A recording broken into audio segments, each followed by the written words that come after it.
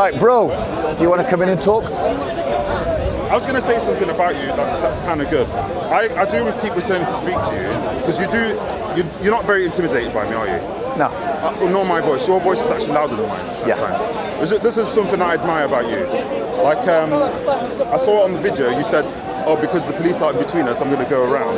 Yeah. And I was kind of impressed by that. So the other guy that I was speaking to, he was bringing a point, like last week, he was bringing a point that is such basic grammar. He was saying, Allah Yatuba. Yatuba, Uyakhfir. I didn't even want to explain to him basic grammar. Even he asked like some Arab Christian and he lost interest in him.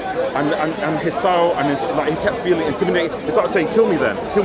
When I brought anything, like so I'm never going to speak to that guy again because... I think you would probably do well, bro, right? If you're going to become a regular at Speaker's Corner, and I'll give you some advice as someone who's done it for years.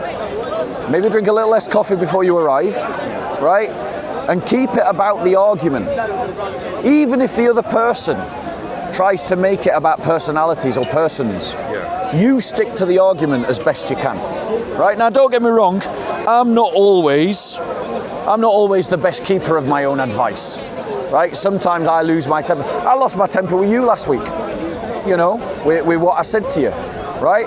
But I want you to always understand, even if I lose my temper with you 1 week, if you're willing to start afresh the next week, so am I. Yeah, but right? I still consider it like I'm not here just to represent myself. I'm here to represent my religion, and I feel like we both are doing that, right? You are fighting for your religion, and I'm fighting for mine, and I'm happy with that. I'm happy for a religious or fight or a debate. I'm happy with that. You want to get you want to insult and stuff like that. Speaker's Corner, it's fine. Like I'm not here like you. I'm not going to... Were you born in England or somewhere else? No, I was born here, yeah. Right.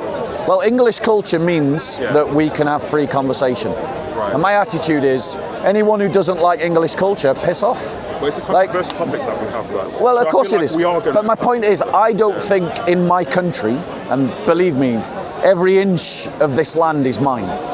My ancestors have lived here for over 1,000 years. I don't believe in bending anything to newcomers. You've chosen to live in my country, you live by our ways. And that means we have the right to intellectually criticize one another's faiths. As a Christian, I'm not intimidated by that, because as a Christian, we've already gone through hundreds of years of doing this to ourselves. Christianity can stand up to it.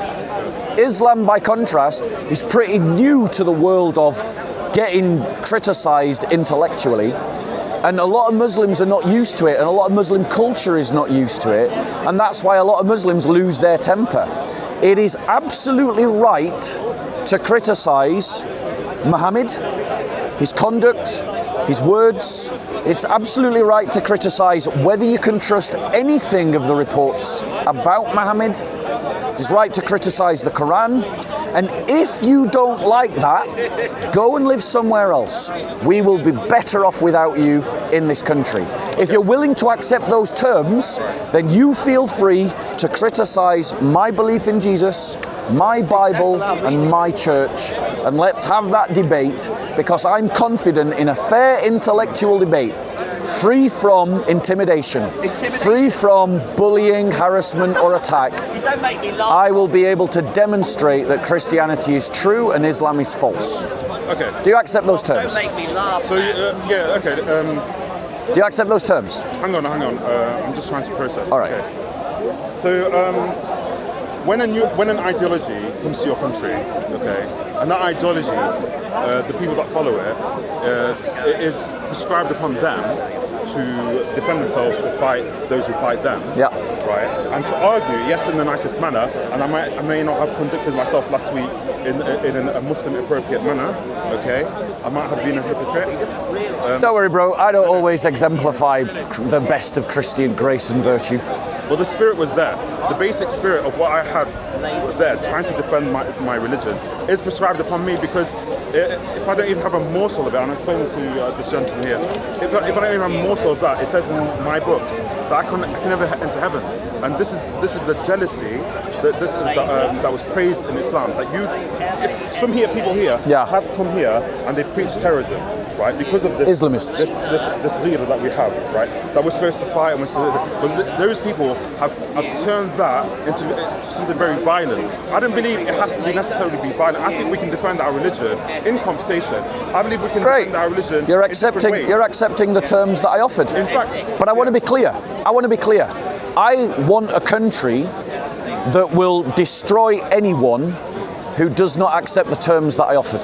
Yeah. Any Islamist who tries to impose Sharia law, any Islamist who thinks that we're going to use violence because you criticised our prophet, or you criticised our book, or you criticised our hadith, I want a country that will destroy their lives, take away their kids, chuck them in prison, stop them having jobs, boot them out of the country. I do not want to tolerate any Muslim living in this country that does not accept the Christian heritage of this land and what comes with that.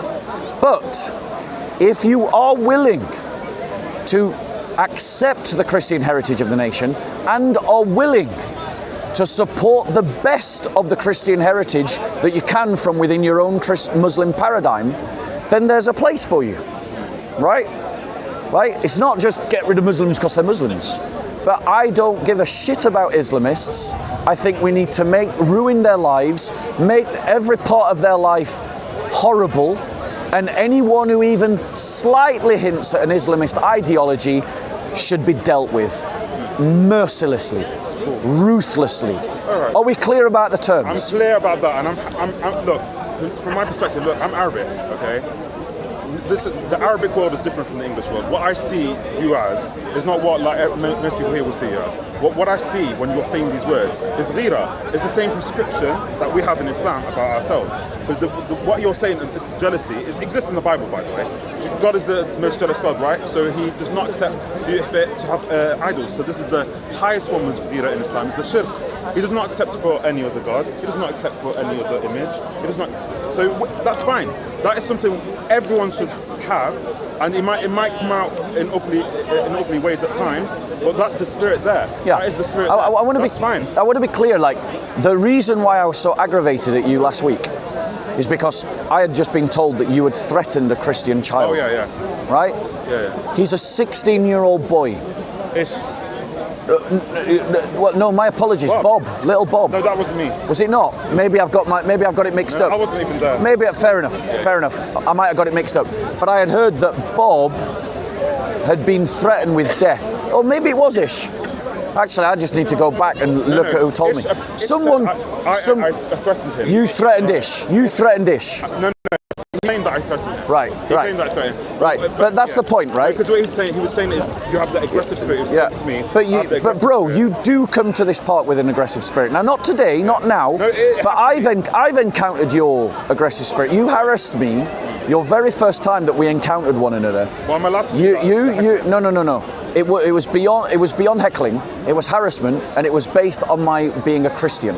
And I didn't put in a complaint into the police because, even though I could have, because A, I don't believe the police would have done anything because you're not white and you're not Christian. Goes around saying bad things about Islam. Right. What? Sorry. She harasses Muslims. She comes up. They haven't kicked her out. They haven't done anything. I don't think I've done anything that's like. But who's going to be intimidated by a 5-foot little woman, no matter how much she screams, versus a big guy like you getting in people's faces, effing and blinding, insulting, making jokes about their religion, like you did with me, right? That is you. I hope that you come to this park as a better interlocutor so that me and you can have a more meaningful dialogue. Because I want to demonstrate to you, out of my love for you, that you're on the wrong hack. You haven't got the hack. You're on the wrong path. You're on the wrong sunnah. You haven't got the path to the truth. And I believe, as a reasonable person, if I can have conversations with you, I might open up your mind to those truths and to those facts. But I ain't going to stand there and let you or anyone else intimidate my Christian brothers and sisters or try and intimidate me. Okay, so the guy, Ish, who's holding our Quran... It's not your Quran, it was his. Okay, it's holding our Quran, and we don't... It's his Quran. With the wrong intentions, right? So we give out the Quran for free. It's his Quran. We give them out for free for anyone to read, right? But he's coming and holding the Quran with wrongful intentions. There's nothing wrong with that. To expose it. This is not a Muslim country. He basically was calling it the word of the devil, so it was very disrespectful. And upon me is the ghira. Upon me is the ghira. If he feels intimidated, let the police protect him. It's fine. And if they want Which they had to. They had to protect you. They had to protect him. Didn't do anything. They protected him. They just said calm down. They stood in your way. Yeah. That's fine. But the point is, this is not a Muslim country. And this I agree. Constitutionally it is, but in reality it's not. But Muslims have no right to say that is his Quran. Sorry, that is your Quran. That is his Quran. It's his personal possession, and he has the right to say it is the work of the devil. I've got a Quran in my bag, right here. I see you hold it a lot.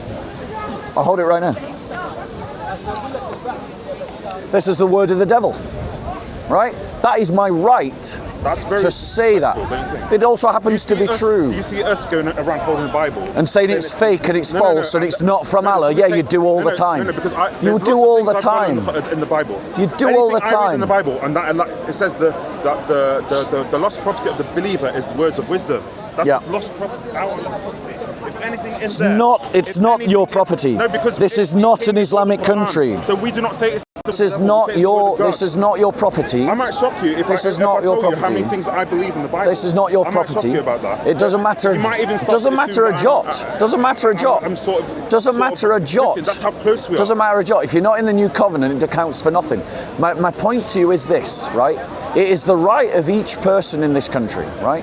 If you want to grab a Bible and criticize it in front of me, saying that it's fake and it's fabricated and it's all been forged and that Paul invented Christianity, I find those comments insulting, right? So I have no sympathy at all for you when we say that your Quran is the word of the devil, because you don't think twice about insulting Christians. No, we don't. We don't. Exactly. You don't think twice about it. We don't. So no, yes you do. Yes you do. When you say that the Bible is forged, quite nice to Christians. right? When you say, I've not seen any evidence of that. No, I've listen. not really seen any evidence of that at all. The only evidence that I've, except for this conversation right now that we're having, the only thing that I've ever seen from you is you harass Christians because they're Christians in the park. No, that is my opinion of you. That's never happened. But you can change that opinion. When have I ever? You did it last week. You did it last week. The very first, that's his Quran. He owns it. He can hold it if he wants to. Listen, we can still. It's not your Quran. Yeah, but it's not your Quran. We can still defend ourselves. Yeah, in argument, you can say to him, "Look, you can." No, you harassed him. You didn't call her. You harassed him. He never called it harassment. You harassed him. He wanted to. Talked about death threats. Talked about death threats. Okay, this is the death threat situation. Right. I said to him that my God, right, you're his slave because he has your soul in his hand. And you did it aggressively. No. And you did it because he was a Christian. We believe this. And you did it. And you did it because he's a convert from Islam. And then when you wake up, who's become Christian. To give you your soul. Yeah, that's why you wake he's up. a convert from Islam, and that upsets you because as a convert from Islam, his very life demonstrates the falsity of your belief system. The very fact that he is a Christian who converted from Islam to Christianity offends you. Not really. His existence offends you. Not really. Because under Sharia law, you won't have him killed under the apostasy laws. That is what Sharia law teaches. And brother, there's no point lying to me about these things. No, it can. I know. The Muslims make Sharia law whatever they want it to be. I can make an argument. They can make it whatever they want to be. It's not real. So I've made that argument before. Because we don't know that hadith about apostasy